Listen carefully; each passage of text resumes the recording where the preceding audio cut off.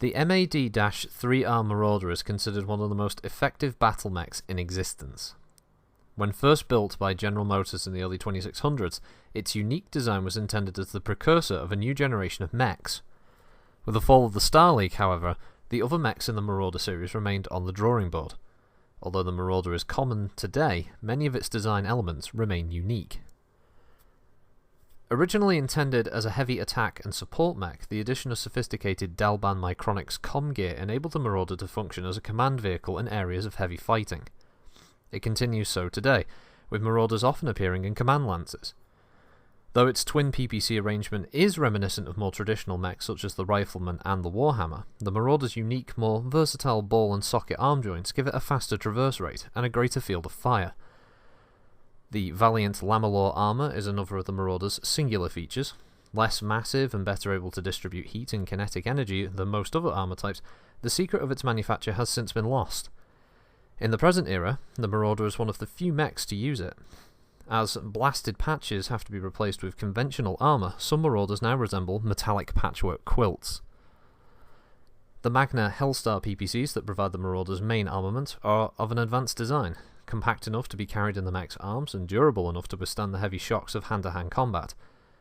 The Marauder's secondary armament, a GM Whirlwind autocannon, was added almost as an afterthought.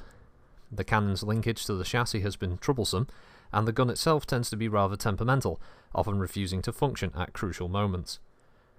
The mech's unusual profile makes it a hard target than other man-like mechs, but some design flaws occasionally plague its pilots. The tenuous linkage between the autocannon and the main chassis is a frequent target, because a successful hit would disable the autocannon. The same applies to the rotation ring between the chassis and the leg assembly. Numerous Marauders now bear improvised armour around these vulnerable areas. Another source of trouble is the Dalban high-res tracking system located in the Marauder's forward section, which severely limits the operator's field of vision. These problems are comparatively minor, however. The Marauder remains a potent battlefield weapon. In addition to its command duties, the MAD-3R operates as a dangerous heavy attack vehicle, outclassed only by mechs such as the Stalker and the rare Battlemaster. Capable of shooting lighter mechs to pieces and battling hand-to-hand with more heavily armoured opponents, the Marauder is usually deployed in a heavy shock unit alongside Warhammers and Thunderbolts. Its PPC and autocannon also enable the mech to lay down a long-range barrage before actual combat. After the fall of the Star League, the Marauder found ample employment in the hellish chaos of the Succession Wars. This common, dangerous mech continues in the retinue of every successor state.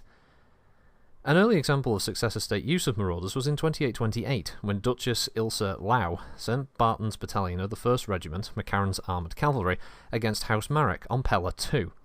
Barton's battalion consisted of 90 Marauders massed together with 18 Warhammers. The experiment, tantamount to Duchess Lau placing all her eggs in one basket — House Lau possessed only a few hundred Marauders at this time, and Barton's unit represented a large portion of these — was a success. The Marauders annihilated the inferior mechs placed on their way by the beleaguered Mareks, while losing only 4 of their number. Barton's battalion continued to be extremely successful, until Marek forces, falling back on Graham VI, caught them in a gorge outside the city of Gija. Realising that they had finally cornered the infamous Major Barton, the Mareks threw 2 full battalions of archers and riflemen against him. Unable to close in on the Marek mechs and with their field of fire restricted by the rock walls and the Dalban optical system, the Lau Marauders withdrew with heavy casualties.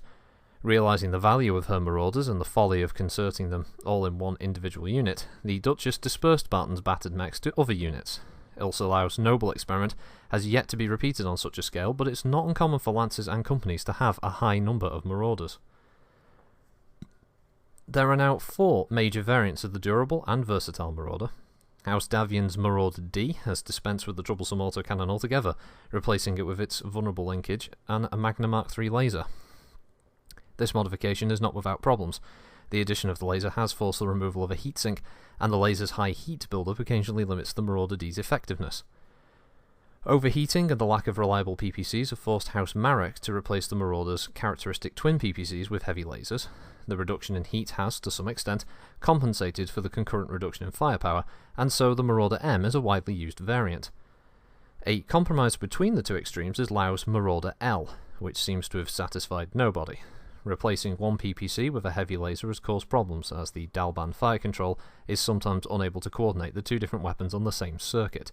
Attempts to repair or modify the system has been unsuccessful, as no one alive understands the technology.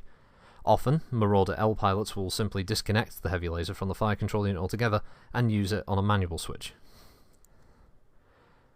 The Bounty Hunter is a notable mech warrior. This mech warrior's bright green Marauder, decorated with credit symbols, is a much feared sight in the Successor States.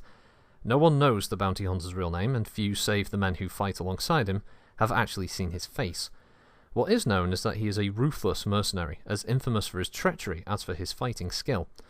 Neither the lives of his men nor these of innocent civilians stand in the Bounty Hunter's way, as he destroys enemy mechs for the prize money or to sell for spare parts. The credit symbols decorating his mech are a reflection of his own true nature.